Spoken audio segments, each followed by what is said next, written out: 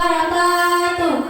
Waalaikumsalam warahmatullahi wabarakatuh. Para peserta pertama sekali kami persilakan untuk memperkenalkan diri. Perkenalkan, nama saya Tasya Humaira, alamat Dasaraya, Dusun Barat.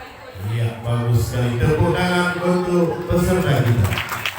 Dan kepada peserta kami persilakan untuk menyampaikan pidato.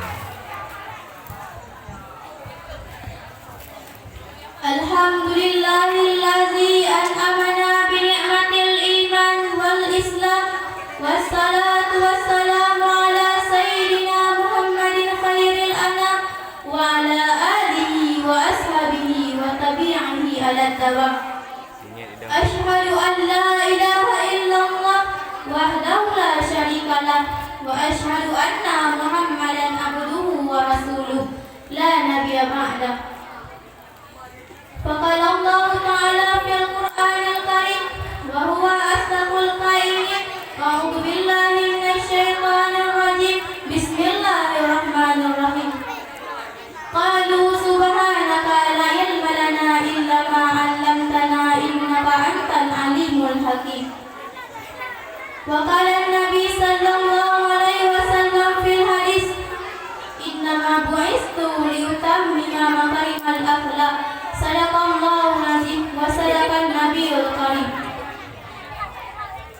Tiada ucapan kata yang paling indah yang dapat saya ucapkan selain ucapan kata puji kepada Zat yang Maha Kuasa.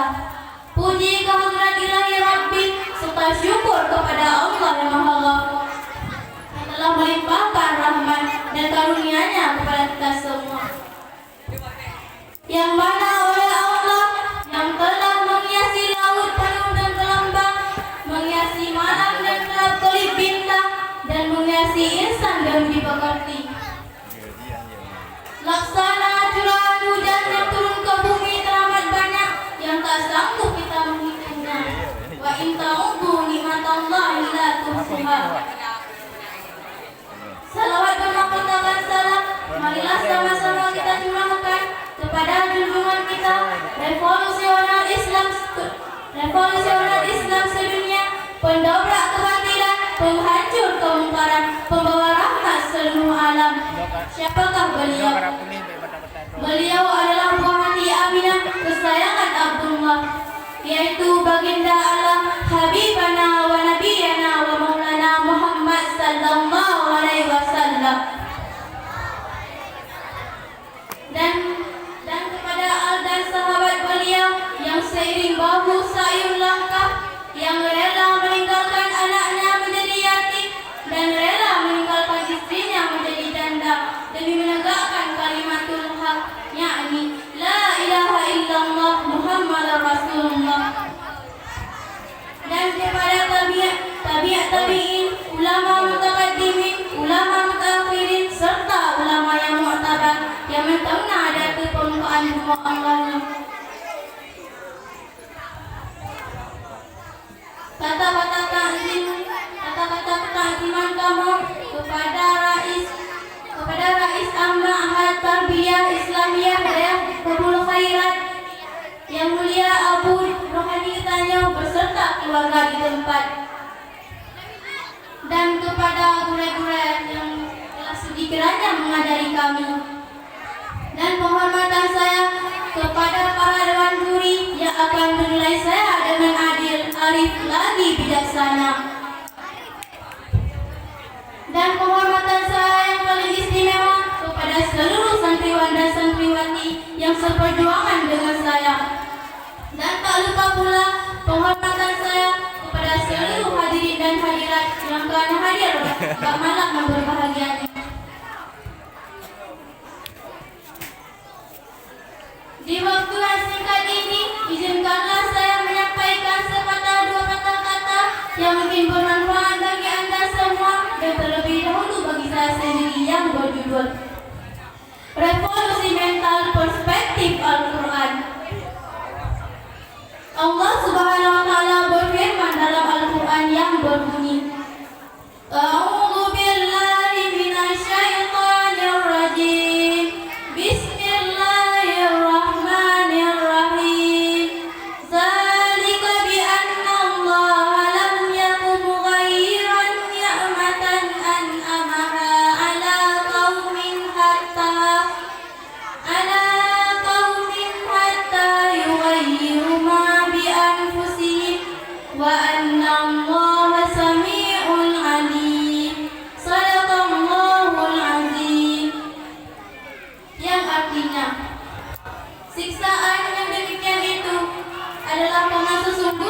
Allah sekali-kali tidak akan mengubah nikmat yang telah dianugerahkannya kepada suatu kaum hingga kaum itu mengubah apa-apa yang ada pada diri mereka.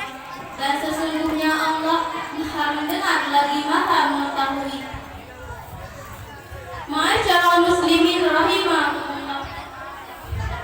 Praktek revolusi mental menjadikan manusia lebih berintegrasi, mau bekerja keras dan punya semangat gotong royong. Revolusi mental juga adalah suatu gerakan untuk menjadikan manusia agar menjadi manusia baru yang berhati putih, berkemauan badan, bersemangat dalam raja wali, berjiwa api yang menyala-nyala. Mental, sikap dan pola pikir sangat ditentukan arahnya oleh sistem keyakinan sebagai modal penggerak. Sifat dan kebutuhan dasar manusia adalah meraih kebaikan dan kebahagiaan hidup, tidak hanya di dunia tetapi juga di akhirat. Ma'asyiral muslimin rahimakumullah.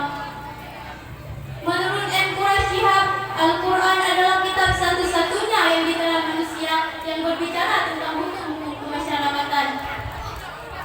Perubahan masyarakat baru terjadi manakala terpenuhi dua syarat pokok.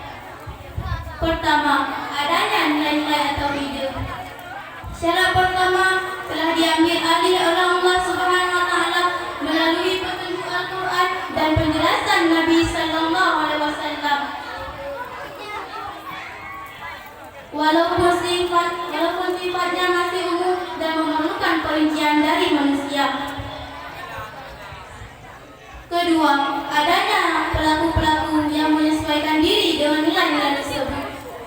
Syarat kedua mengenai para pelakunya, mereka adalah sekelompok manusia yang hidup di suatu tempat dan selalu terikat dengan hukum masyarakat yang ditetapkan Allah Subhanahu wa taala. Sesuai dengan pedoman Al-Quran adalah salah satu pengangkat revolusi mental bangsa Indonesia sangat ampuh, karena Al-Quran adalah petunjuk atau obat bagi setiap hati. Allah Subhanahu wa taala berfirman dalam Al-Quran. Surat Ibrahim ayat pertama yang berbunyi, A'udzu billahi minasyaitonir rajim. Bismillahirrahmanirrahim. Alif lam ra. Kitabun anzalnahu ilaika litukhrijan nasa minadh dhulumati ilan nur bi'izni rabbihim ila siratil azizil hamid. Sadaqallahul azim, yang artinya,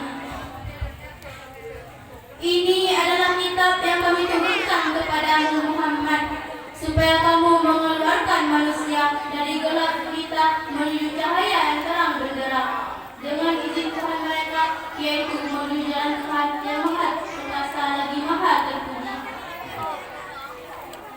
Ma'asyiral muslimin rahimakumullah. Tentu kita masih ingat bagaimana kondisi bangsa Arab sebelum kedatangan Nabi Muhammad SAW. Kondisi bangsa Arab dikenal dengan sultan jahiliyah. Hal ini disebabkan oleh kebiasaan dan berperilaku tercela. Kemudian Allah Subhanahu wa taala mengutus seorang rasul akhir zaman untuk menyempurnakan akhlak manusia. Bukan pilihan banyak kontak, tak pilihan banyak Nabi sallallahu alaihi wasallam bersabda,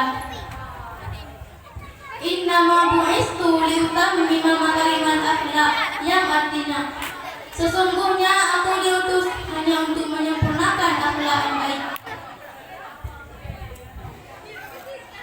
Ma'asyiral muslimin rahimakumullah.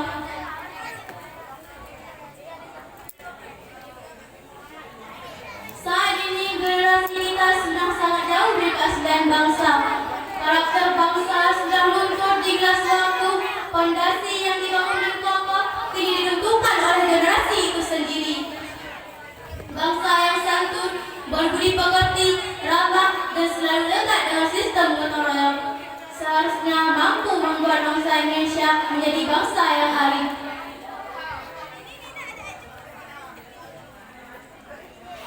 Namun, jika generasi kita sudah sangat jauh dari keaslian bangsa, mau dibawa kemana masa depan bangsa?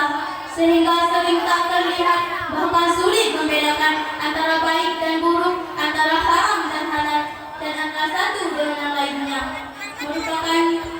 Merupakan aspek yang telah menjiwai setiap insan yang selalu bergejolak.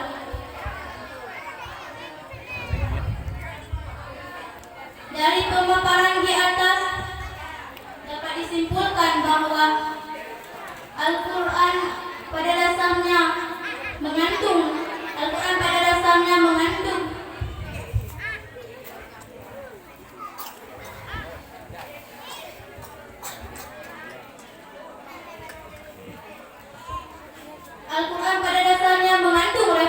revolusi.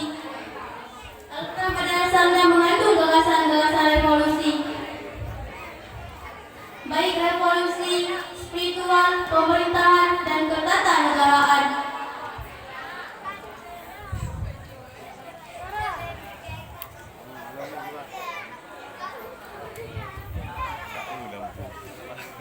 Revolusi mental adalah suatu gerakan untuk menjadikan manusia agar menjadi manusia baru berhati putih.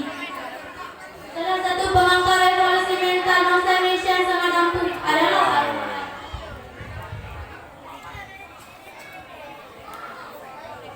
mungkin hanya inilah yang dapat saya sampaikan. Lebih dan kurang saya mohon maaf karena kekurangannya datangnya dari saya dan kelebihannya datangnya